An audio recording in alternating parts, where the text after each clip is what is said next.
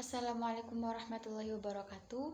Nama saya Dewi Anila, nomor NIM 2381070036, kelas PGMI 3B. Di sini saya akan menjelaskan mengenai hasil jawaban dari UAS mata kuliah kajian IPA lanjut SD atau MI. Yang pertama itu soal nomor pertama, teori abiogenesis menyatakan bahwa makhluk hidup berasal dari benda mati secara spontan. Teori ini dikemukakan oleh Aristoteles yang percaya bahwa makhluk hidup dapat muncul dari benda-benda mati jika kondisi lingkungan mendukung. Misalnya, cacing dianggap muncul dari tanah. Kelemahan dari teori ini yaitu tidak dapat dibuktikan secara eksperiental, dan juga pengamatan lebih mendalam menunjukkan bahwa kehidupan tidak muncul spontan dari benda mati. Selanjutnya itu ada teori biogenesis, di mana teori ini menyatakan bahwa makhluk hidup hanya dapat berasal dari makhluk hidup lainnya. Teori ini telah dibuktikan oleh para ilmuwan, beberapa ilmuwan, diantaranya itu dibuktikan oleh Francisco Reiter. Dukungan terhadap teori ini teori ini telah terbukti ilmiah dan eksperimen yang dapat diproduksi. Terus konsisten dengan konsep modern tentang reproduksi dan genetika. Dari kedua teori ini, teori yang paling rasional itu adalah teori biogenesis. Teori ini bisa dikatakan rasional karena didukung oleh data ilmiah yang dapat diverifikasi. Teori ini sesuai dengan prinsip dasar biologi modern yang menjelaskan bahwa kehidupan itu berasal dari kehidupan lainnya melalui proses reproduksi baik secara seksual maupun aseksual. Sedangkan teori abiogenesis dianggap tidak rasional karena dalam konteks biologi itu tidak ada bukti nyata yang mendukung atau mengklaim bahwa kehidupan itu bisa muncul dari benda mati maupun secara spontan.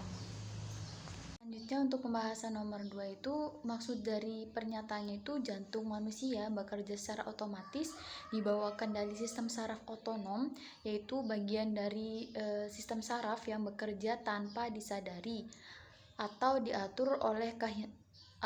tidak diatur oleh kehendak kita.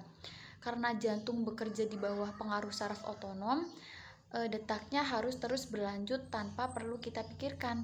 Hal ini penting untuk mempertahankan aliran darah dan oksigen ke seluruh tubuh agar kita tetap hidup. Terus hal yang terjadi jika otot jantung dipengaruhi oleh kehendak kita, maka yang pertama itu akan terjadi kelelahan mental. Yang kedua itu akan terjadi kurangnya respon otomatis, dan yang ketiga itu akan terjadi resiko kehidupan. Nah, dari penjelasan di atas dapat disimpulkan bahwa sistem saraf otonom yang mengatur kinerja otot jantung adalah mekanisme yang sangat penting untuk menjaga kelangsungan hidup manusia. Jika otot jantung dipengaruhi oleh kehendak kita, maka fungsi vital tubuh akan terganggu dan kita tidak akan mampu menjalani kehidupan dengan normal.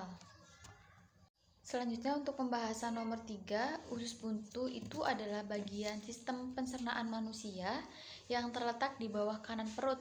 Salah satu fungsi usus buntu itu adalah sebagai tempat penyimpanan bakteri, baik yang membantu pencernaan. Ketika seseorang mengalami diare ataupun infeksi usus, bakteri-bakteri baik ini bisa membantu memulihkan keseimbangan bakteri di usus besar. Meskipun demikian, jika usus buntu meradang, maka organ ini harus segera diangkat karena bisa menyebabkan komplikasi. Selanjutnya untuk pembahasan nomor 4, kaktus itu memiliki cara khusus untuk melakukan fotosintesis. Karena bentuk daunnya telah berevolusi menjadi duri untuk mengurangi penguapan air di lingkungan yang kering, proses fotosintesis pada kaktus dilakukan oleh batang yang telah beradaptasi untuk fungsi ini. Nah, Berikut penjelasan mengenai fotosintesis yang terjadi pada kaktus. Yang pertama, batang sebagai organ fotosintesis.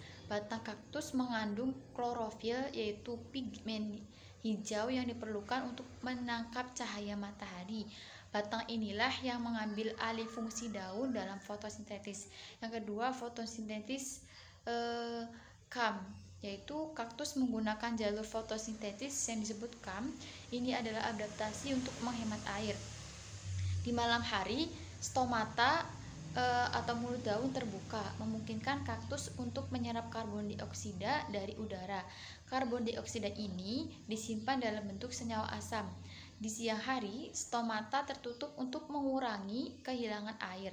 Kaktus menggunakan asam yang disimpan sebelumnya untuk menghasilkan gula melalui proses fotosintesis menggunakan energi dari cahaya matahari. Selanjutnya untuk pembahasan nomor 5, cloning itu adalah proses menghasilkan individu baru yang secara genetik identik dengan organisme asal, di mana ada cloning reproduktif dan cloning terapeutik. Cloning reproduktif itu tujuannya untuk menciptakan individu manusia baru yang identik secara genetik dengan donor.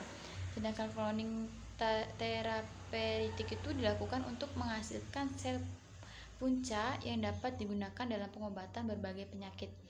Selanjutnya untuk pembahasan nomor 6, satuan seperti jengkal, hasta ataupun depa disebut tidak baku karena nilainya itu tidak konsisten, bergantung pada ukuran tubuh individu.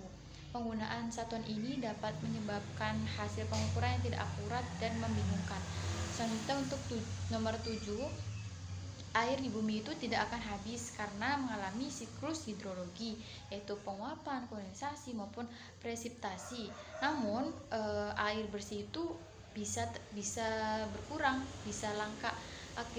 Sebabnya itu bisa karena pencemaran, karena penggunaan berlebihan, dan juga disebabkan karena perubahan iklim. Oleh karena itu perlu dilakukan pengelolaan atau penggunaan air secara bijak.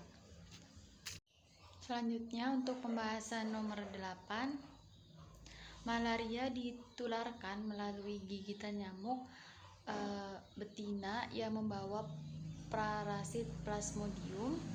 Pencegahannya itu bisa dengan penggunaan kelambu, obat anti nyamuk, menjaga kebersihan lingkungan untuk menghindari genangan air tempat nyamuk berkembang biak, dan menyemprotkan insektisida secara berkala.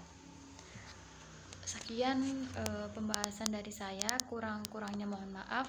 Wassalamualaikum warahmatullahi wabarakatuh.